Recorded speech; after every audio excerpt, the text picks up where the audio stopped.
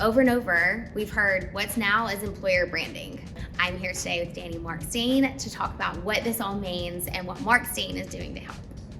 The simplest question, can you just tell us what is an employer brand? Like, what actually does that word mean? So the way we at Markstein think about employer branding, it's a subset of a corporate brand, right? So on the one hand, you have your consumer brand or your client-facing brand. The employer brand is really focused on current and prospective employees and also takes into account past employees who have a lot to say about their experience working within an organization.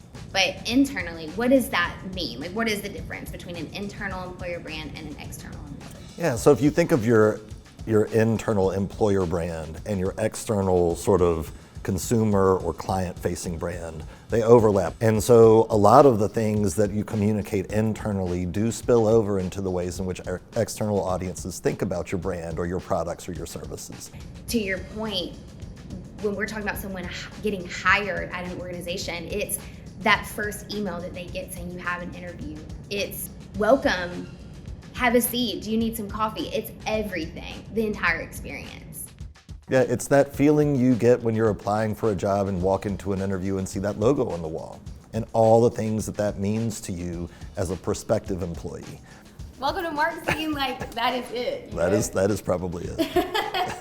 Everyone has an employer brand because it is composed of perceptions and realities and all of their various shapes and forms about and within an organization.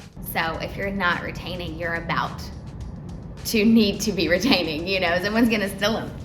The US workforce has grown over the last 30 years by about 20%, which is to say it really hasn't kept pace with demand. By 2024 in the United States, we will reach 60% workforce participation nationally.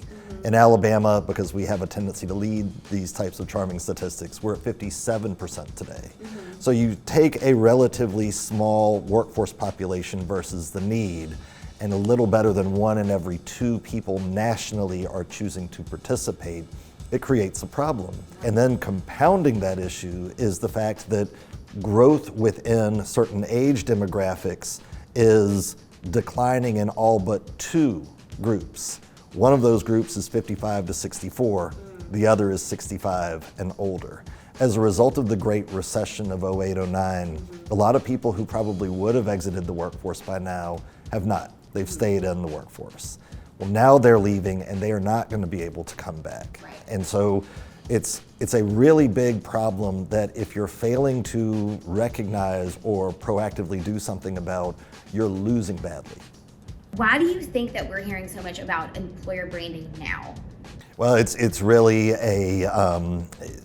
it's a perfect storm, right? It's the workforce conditions that we talked about, small workforce population, little better than 1 in 2 choosing to participate, all of the sort of effects that those realities create. So if you're not communicating those pieces and educating folks about what a job is going to be like or what types of benefits a career is going to offer, you're much more likely to lose people even if you're paying them a higher wage. But the short answer is everyone needs to be doing this to some degree. To what degree is going to depend on your industry and your organization or the size of your business or the types of employees that you're looking to attract and retain. But everyone needs to be thinking about what are the things we're doing on the recruitment side to get new people to consider coming to work here. And on the retention side, what are the things that are going to make someone continue to feel engaged, continue to want to spend the majority of their time away from their families, away from their homes, working inside of an organization. What does employer brand do as a whole for your business? Yes, it can help with retention. Yes, it can help with those other things. But so the question is, does a consistent employer brand pay dividends in a volatile market?